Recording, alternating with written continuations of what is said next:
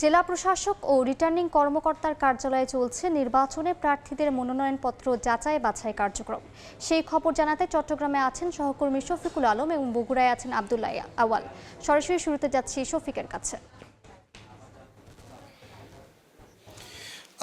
চট্টগ্রামে যে ১৬টি আসন রয়েছে শহর এবং উপজেলা মিলিয়ে সেই ১৬টি আসনে ১৪৩ জন মনোনয়নপত্র নিয়েছেন। সেই মনোনয়নপত্র যাচা বাছাই চলছে রিটার্নিং কর্মকর্তা কার্যালয়ে। গতকাল চট্টগ্রাম ১১ যেই আসন রয়েছে সেটির যাচা বাছাই শেষে তিনজনের মনোনয়নপত্র বাতিল করা হয়েছে। আমি এই মুহূর্তে চট্টগ্রামের জেলা প্রশাসনের যে রিটার্নিং কর্মকর্তা কার্যালয় রয়েছে সেখানে ১০টি আসনের মনোনয়নপত্র যাচা বাছাই করা হবে।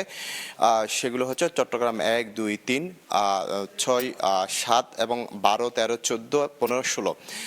এই মুহূর্তে প্রাথমিক আজকে ৩টি আসনে মনোনয়নপত্র যাচা বাছা হওয়ার কথা রয়েছে। চট্টগ্রাম ১, মিরসরাই, সন্দ্বীপ এবং সীতাকুণ্ডের।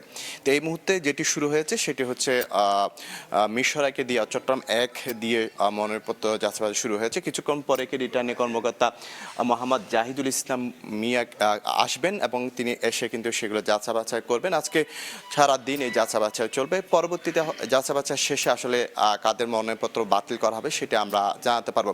ঠিক একইভাবে যদি বলা যায় বিভাগীয় কমিশনার কার্যালয়েও কিন্তু চট্টগ্রাম ৪, ৫ এবং ৯ সহ সেখানে ৫টি আসনের মনোনয়নপত্র যাচা বাছাই হচ্ছে। তো একেবারে বলা যায় এখন নির্বাচনী ডামাডোল শুরু হয়ে গেছে এবং যারা প্রার্থীরা রয়েছে তারা কিন্তু এখানে আসেন। তবে চট্টগ্রামে যেই 16টি আসন রয়েছে সেই 16টি আসনের সবচেয়ে বেশি গুরুত্বপূর্ণ সেটি হচ্ছে চট্টগ্রাম ৯ কোতোয়ালি আসন এবং সেখান থেকে সবচেয়ে বেশি মনোনয়নপত্র নিয়েছেন এবং আসলে ২০ তারিখ মনোনয়নপত্র ২১ তারিখ প্রতি বরাদ্দ হবে, ২০ তারিখে শেষ তারিখ এবং ১২ তারিখ নির্বাচন হবে। তো এই ছিল আমার কাছে সর্বশেষ তথ্য। এখন চলে যাচ্ছি বগুড়ায়।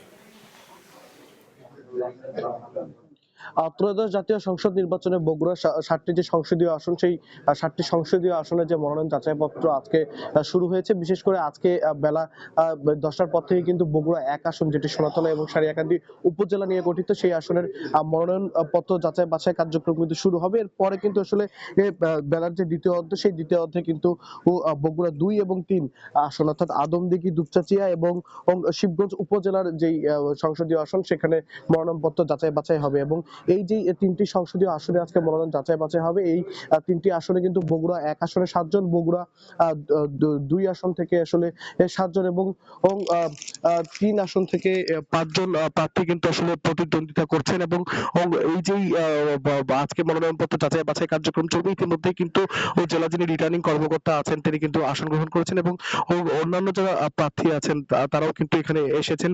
এর পাশাপাশি কিন্তু যেই লজিস্টিক যেই দপ্তরগুলো আছে এই মনোনয়ন সংক্রান্ত তারাও কিন্তু আজকে এখানে উপস্থিত হয়েছেন এবং যেমনটি বলছিলাম যে বগুড়া যে ১ আসন থেকে মনোনয়নপত্র যাচাই বাছাই আজকে শুরু হয়েছে। এখানে কিন্তু মোট ৩,৭১,০০০ ভোটার তাদের ভোটাধিকার প্রয়োগ করবেন। তো বগুড়া থেকে এই ছিল এখন পর্যন্ত আমার কাছে সর্বশেষ।